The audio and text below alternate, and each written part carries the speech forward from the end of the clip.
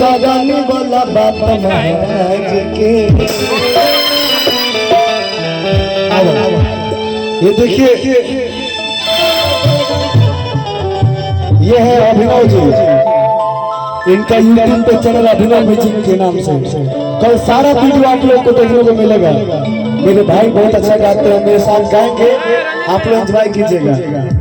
मेहरा ने कहा दिया ऐसे नहीं मत दीजिए आई को होई मरो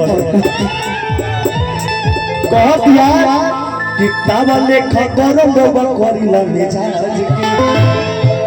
आ काम न करने वाला बात महाराज के।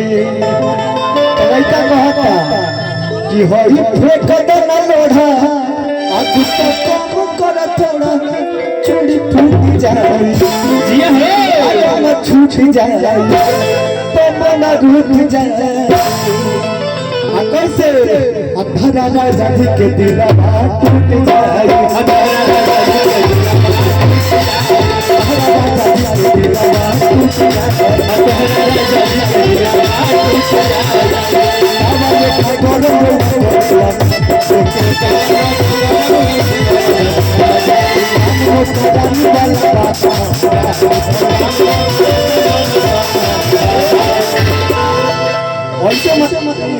हेलो बनावा हेलो भैया बना करके बार बार छोड़ दे रहा है।